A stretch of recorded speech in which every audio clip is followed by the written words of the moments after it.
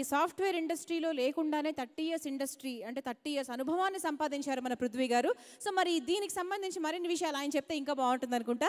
So let's welcome 30 years industry fame Prithvi గారు on to the stage. అందరికీ కాలానికి తగ్గట్టుగా ఇంట్రడక్షన్లు మారుతూ ఉంటాయి మామూలుగా, కానీ పృథ్వీ గారికి మాత్రం ఈ 30 ఇయర్స్ ఇండస్ట్రీ అనే పదం మారదేమో అనిపిస్తూ ఉంటుంది, నాకు తెలీదు.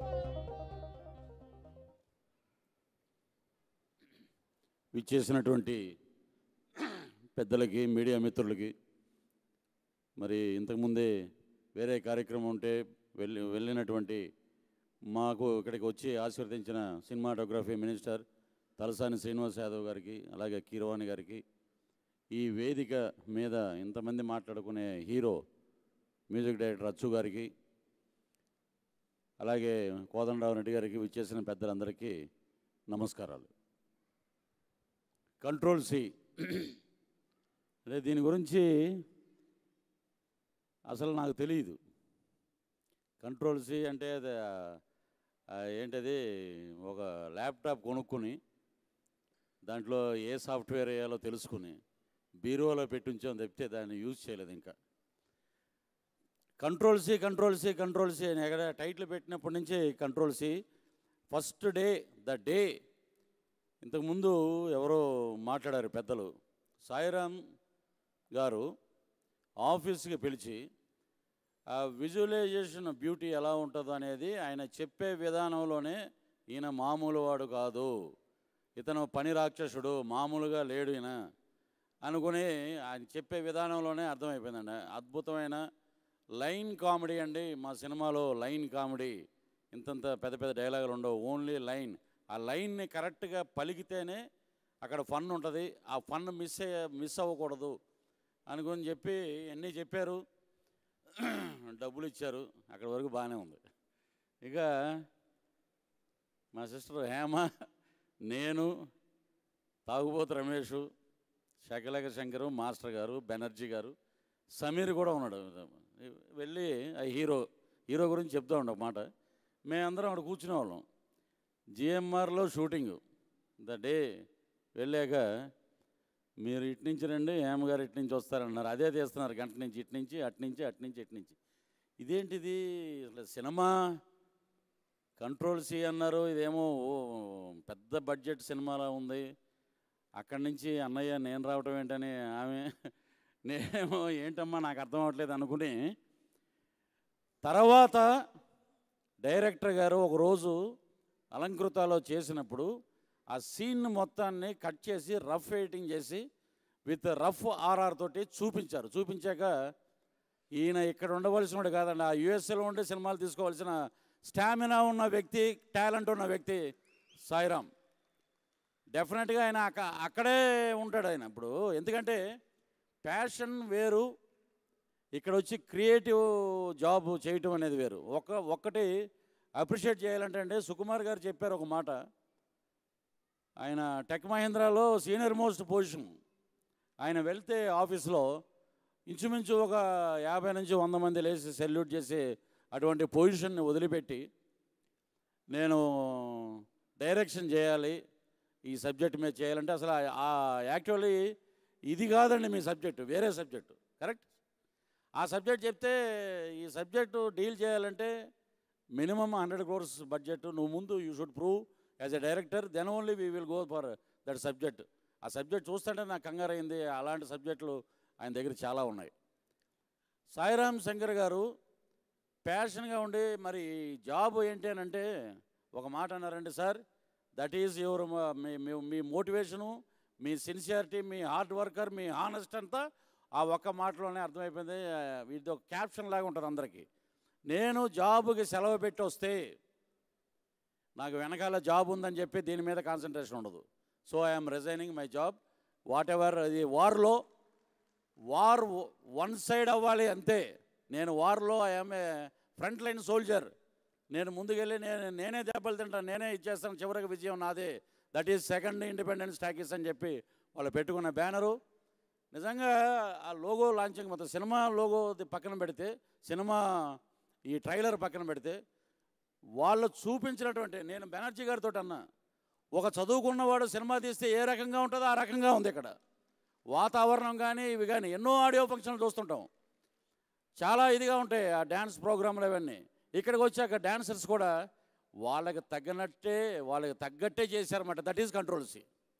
They controlled everything. సబ్జెక్ట్ మీద కంట్రోల్ ఉంది, ఆర్టిస్టుల మీద కంట్రోల్ ఉంది, ప్రాజెక్ట్ మీద కంట్రోల్. బ్రహ్మాండంగా తీశారండి సినిమా. They have given good comforts. ఎక్కడో కిక్ టు షూటింగ్ చేసి నైట్ వస్తే, సార్ మీరు ఇక్కడ మీకు ఒక రిసార్ట్లో రూమ్ ఇచ్చాం, మీరు ఫ్రెష్ అవ్వండి, మీకు ఏం కావాలంటే అవి ఆర్డర్ ఇవ్వండి సార్.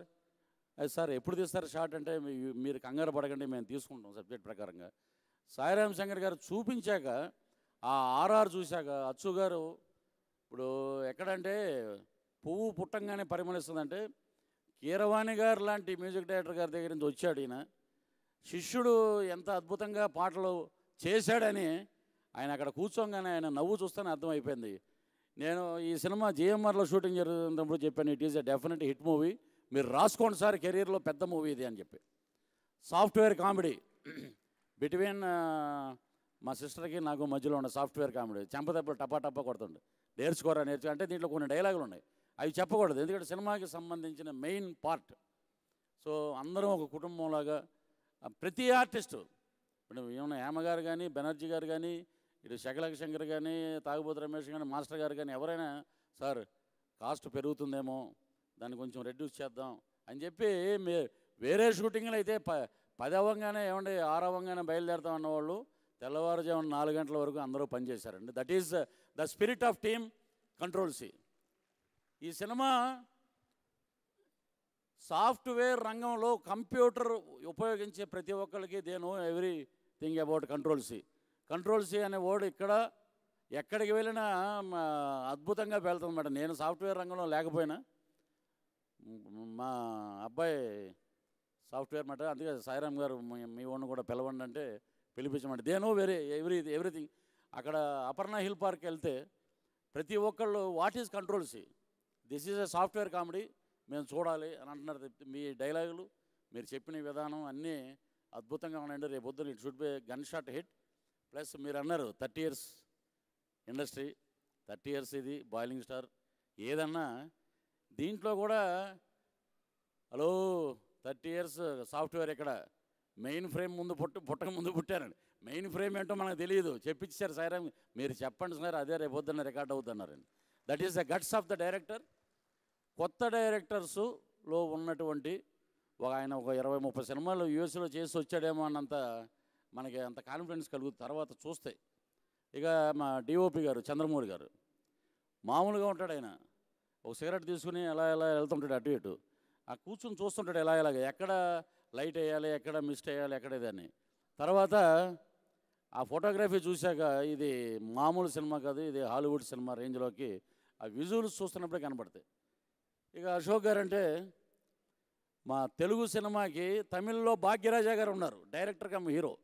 ఇప్పుడు మా అశోక్ తమ్ముడు తెలుగులో కూడా భాగ్యరాజాలాగా సుకుమార్ గారు లండన్ వెళ్ళేటప్పుడు చెప్పారు, ఈజ్ డైరెక్టర్ అవ్వాలనుకుంటున్నాడు, నేను మా ఓన్ అంట. లేదండి, నేను అప్పుడు చెప్పాను అనమాట, director come hero like Bhagyaraja.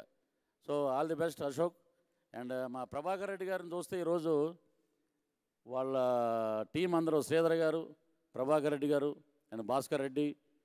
Prabhakar Reddy గారిని చూస్తే ఇప్పుడే ఎవరో అన్నారన్నమాట, ఏమండి ఆయన ఏదైనా హీరోగా ఏమైనా ట్రై చేస్తున్నారు. సో ఏమో ప్రొడ్యూసర్ అయినా కాబట్టి ఆయన చేయొచ్చు, ఏముంది దాంట్లో.